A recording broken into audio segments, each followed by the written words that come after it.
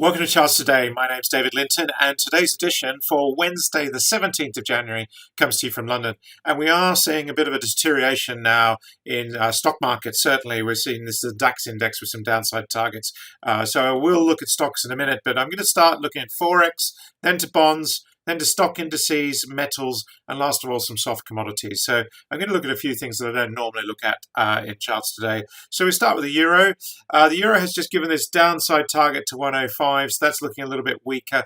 The US inflation number just starting to tick the dollar back up, so quite interesting there. Looking at the dollar yen, we're seeing that playing out here. This is the target that was given between the 9th and the 11th of January. It was activated on the 16th. This is on the short-term chart. This is my short-term 60-minute chart. This is my medium-term daily chart.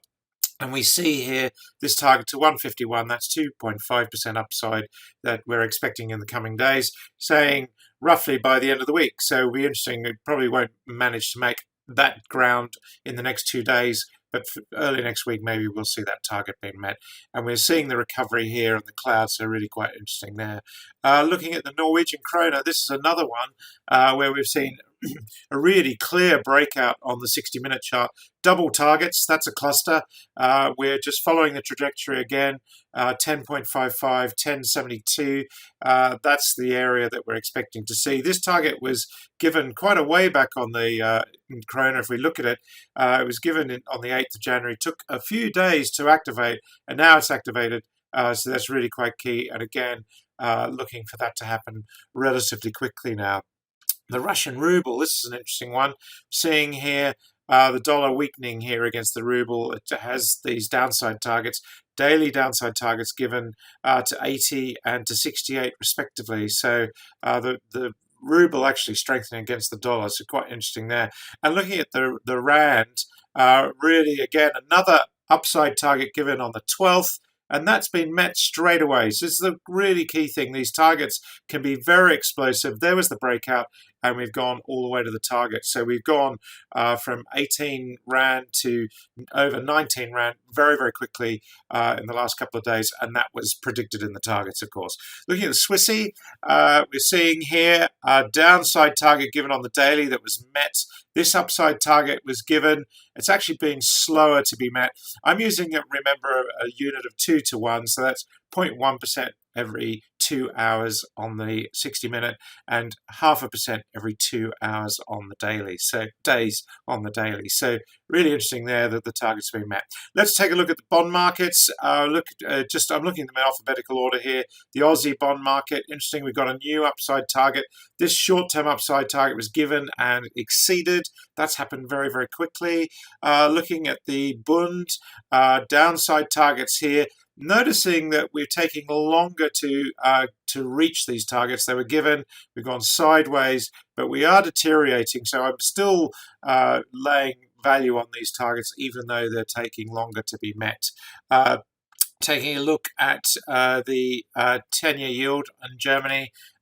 Again, no big surprises here. 2.33, 2.44. That's the train. We're following that at the moment. Those targets are being met. GB, so sterling, gilt here, interesting. Again, we're seeing that deterioration away, but a rise there on the sterling gilt, so that's quite interesting. Russian bonds, again, this really big move that was given back at 11 in June on the daily. That's now running out of steam. And this is the key thing, is understanding when a target's running out of steam. And then the US 30-year. This one's been really quite interesting. Downside target given. It was actually met faster than expected on the daily. We've got new upside targets. This little one's been given, that one's been given, this one's been taken longer to meet. But we can't ignore the targets there and counter trend moves. Now, we talked about the DAX in Germany. This is the future. Seeing here the train tracks, some 2.5% lower below the cloud. We really have clearly run out of steam there on the daily. The FTSE future, target given, target met, actually exceeded. These downside targets on the daily yet to be really entrained, but if we see new lows, that's where we look to. But really interesting on the short term that we were through there. The Hang Seng, Again, really clear downside targets exceeded there, so we can't ignore that. Japan actually has been bucking the trend. Upside targets given here in the 400 index.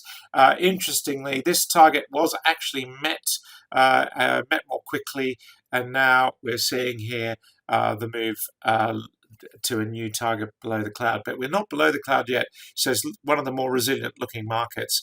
Looking at the Nasdaq, new down, a mixed picture here, struggling to make new highs, waiting for this upside target to be activated, but that's not really happening.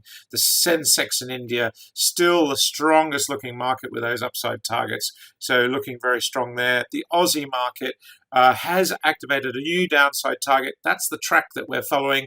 Clearly this upside target just not reached. That was given quite a lot lower back in December. We had the flurry, but now we're looking to this new downside target there. And China not looking good at all with these downside targets, and a new big downside candle yesterday. No big surprises there following the move. Looking at some metals now, this is steel, still looking really strong, waiting for this upside target to be activated there. Looking at copper, downside targets on copper on the short-term chart. We did get to that target almost on the daily, but now we're deteriorating. We're looking to these targets here on the 60-minute. Palladium, just looking at some of the precious metals, really not looking great here. And if we look at platinum, similar picture, downside targets are really dominating. Despite having this upside target, short term is dominating at the moment. Looking at nickel, really clearly following those targets, and zinc also following this new downside target, so that's really quite key. Couldn't quite activate the upside, and we're seeing the downside there as well. Looking at corn now, the softs, masses of train tracks to the downside here, really quite clearly lower, just following all the way. You cannot ignore the targets.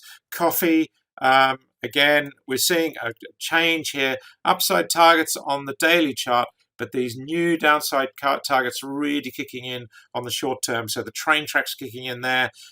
Looking at sugar, looking much, much stronger here on the 60-minute chart, 23.40, 24.42, and really looking now very strong there for a recovery. Cattle, looking here, we've got waiting for this upside target to activate on cattle, but these short-term upside targets really quite key. They're the ones dominating at the moment. Lumber, we're seeing here some short-term upside targets as well. Maize, not something I look at normally, but really clear downside targets here, and again nearly met on the downside. You just cannot ignore the targets. And wheat, we're seeing here on the wheat chart, we've got this new upside target activated, but for the moment this is the last target given. That's really where we want to focus, and short term we are following those train tracks and we're below the cloud. So you cannot ignore the targets. You can run them on any chart you want. That's it for today. Until next time, happy charting. Bye for now.